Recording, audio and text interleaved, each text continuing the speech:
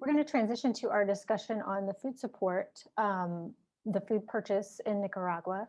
And we have been so blessed, not sure how many people are aware that, you know, as we talk about God going before us, before COVID was ever on our radar, Eddie worked with the United Nations Food Program and purchased food, had experience purchasing food locally in Nicaragua. So then here we faced COVID and restrictions that our partners would have on getting donated food packaged in the United States to send to Nicaragua.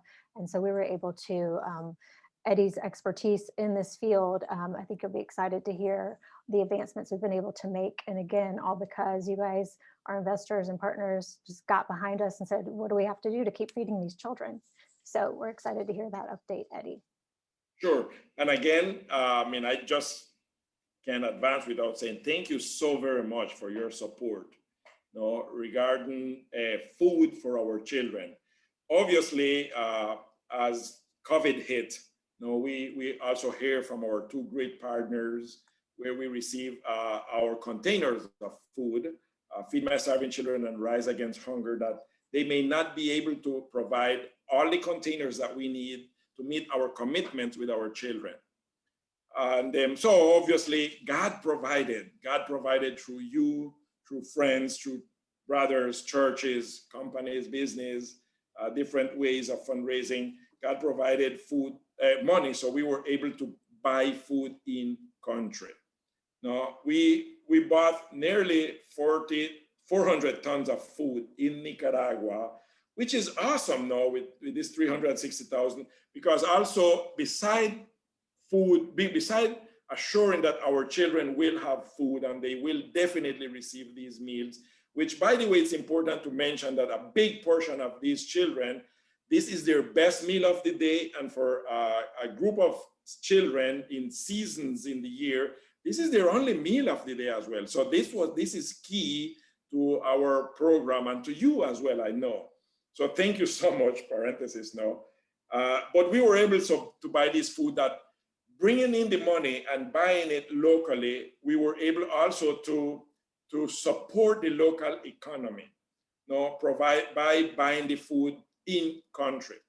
But also not only buying it in country from the big guys, you know, in this business, but directly from the farmers, from the small farmers in Matagalpa, in Jinotega, which is like the northern region, or Cotal, which is even further north border with Honduras. We were able to buy all this food directly from these small farmers through pastors, even through our pastors. We took advantage of the network of churches and pastors.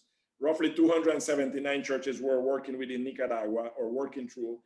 We took advantage of this network to say, you know, we are buying beans. If you know of small farmers that we can buy the beans from, and a pastor who has an expertise, who is an expert in beans, he helped us. But also we bought beans through friends like Fabretto Foundation, with whom we have a very good relationship. And then so through Fabretto, we reached the local co-ops and local partners, and we bought the food in country. So supporting the economy was big for us as well. Feed My Starving Children continue to provide, but also Rise Against Hunger, they help us to, in this process of buying food locally as well. No, so we were able to make sure that we definitely meet the needs. We met the needs of our children in country. Now, what did we buy? Rice, beans, and egg. And we make sure that we got the product that we needed to keep the nutritional facts that our kids needs always. No? So from that perspective, we said, okay, the rice, the beans with our nutritionists, and then we added eggs, no, which we bought from a local, I would say a local partner. It's a business, but it's a local partner as well, because they give us a very good price on the eggs when we explain to them what this was for. But also this business provided internships. They still provide internships and jobs for our children. No? So they're a really great partner who we work with in country in order to make sure that definitely we had the rice we needed, the beans we needed, and the eggs we needed. So our kids definitely received all the meals. The other thing I would mention in this effort of purchasing food in country was that we were able to buy enough food so that our children, our partners, received the food that they needed in December for January and February.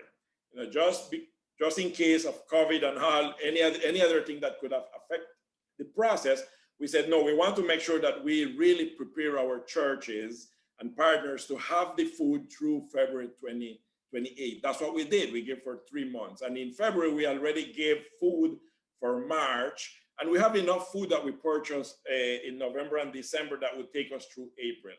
Now we're also working already with our partners, pastors, and Fabretto to purchase the food that we're going to need going forward from May on.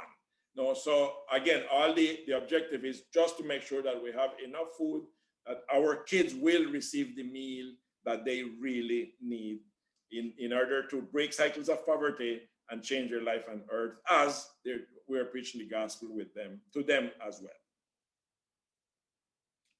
Thank you. Thank you. Well, speaking of the food purchases in country, and right after our discussion of the two catastrophic hurricanes, what did the hurricanes do to the crops in Nicaragua? That's a very good question. Thank you, Katie. It's good because as we were, several things. One, as we were preparing to buy food for our children, then we learned about the two hurricanes actually. So what really happens, especially with the beans, is that the price changes like hugely. You know, we bought beans in Rivas, one of the region where we're serving, for like $40 for one bag of 100 pounds, one day before the hurricane. One day after the whole hurricane process, the same bag went from $40 to $65. I mean, that's the way this price can change. No, so obviously we were, again, using the network of pastors and churches we have in country, we were looking to see where we could have buy beans. First, where we could have find beans, because the hurricane destroyed most of the crops in Nicaragua in November. We were expecting the harvest of beans, especially because of the prices. We were expecting a great harvest that would lower the price, and we will buy at a lot lower price. But then we learned that the hurricane destroyed the crops. So then we had to work even harder to try to find beans, and have enough beans for our children. That was the first goal, which we did, thank God. The second was try to find it at a very good price, which we did as we went again to the farmers in Ocotal, in Jinotega, in Matagalpa. So we got it at lower price. We bought roughly like 2,000 bags of 100 pounds and just prepare for our children. The third thing that we knew that was happening is that as we lost the crops, we knew that we will lose seeds for the next season, because we wouldn't have enough beans to eat, but we wouldn't have seed to plant for the next season. So all that to say, we really had to work hard and make sure that we had enough beans that would take us at least through the next season, which is roughly May.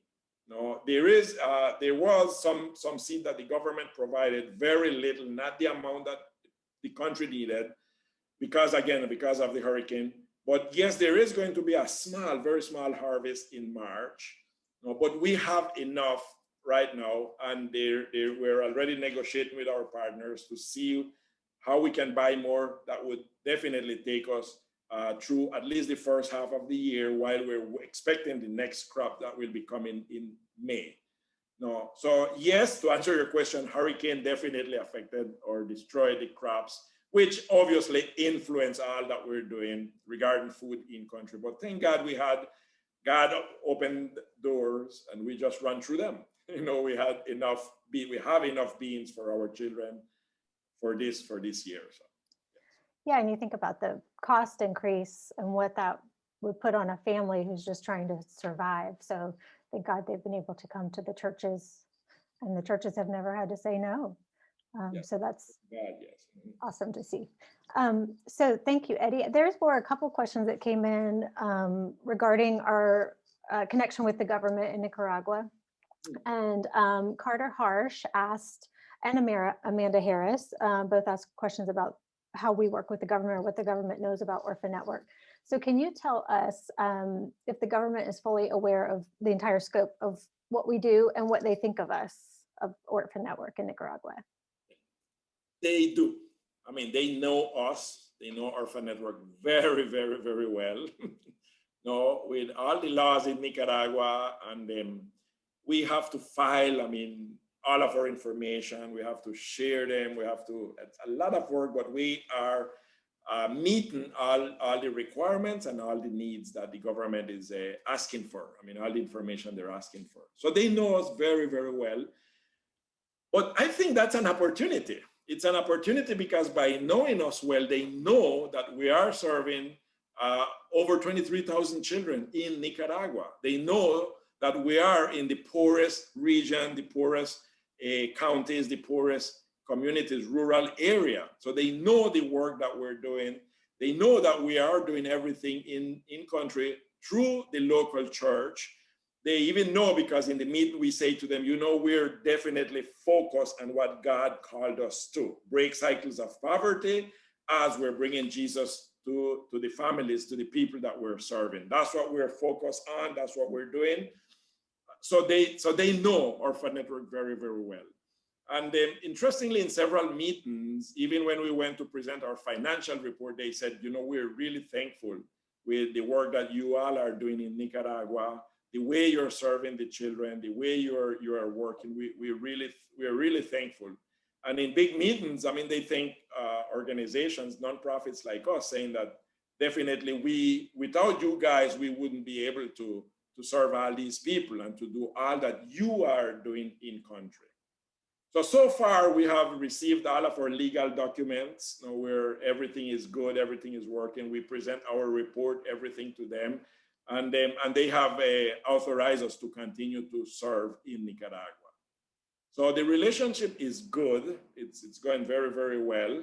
Obviously, a lot of more work than it used to be, but we are definitely stepping up and meeting all their needs and just advancing. You know? And as the team and the staff always say, it's because of our children. We love our children, and we know that if we don't step up and meet these needs, we may be shut down, and that means that 23,000 children or even a little more will suffer, and we don't want that. So we step up we love our children, and we want to make sure that they're receiving the benefits that they need.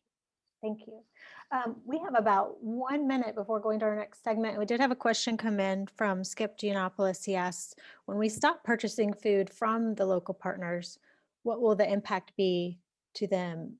And has that been communicated with them? I would say the way it works is that the local farmers, they have been always selling. I mean, probably the best way to put it is when we went to Ocotal to buy beans in December, early December, there was a whole bunch of trucks from Managua there. Everybody was fighting for these bags of beans. No, because we lost all the crops. So the big guys in Managua who they buy and sell, obviously they buy at a very low and they sell at a very high. They were there, but the people said, we are going to sell it to you because we know that it's for the children of Nicaragua. But I would say if we stop buying, I think they will sell it to the other people in country as well, somehow. I mean, that's what personally I would believe, that they will definitely sell it to someone, yes, in country. Thank you.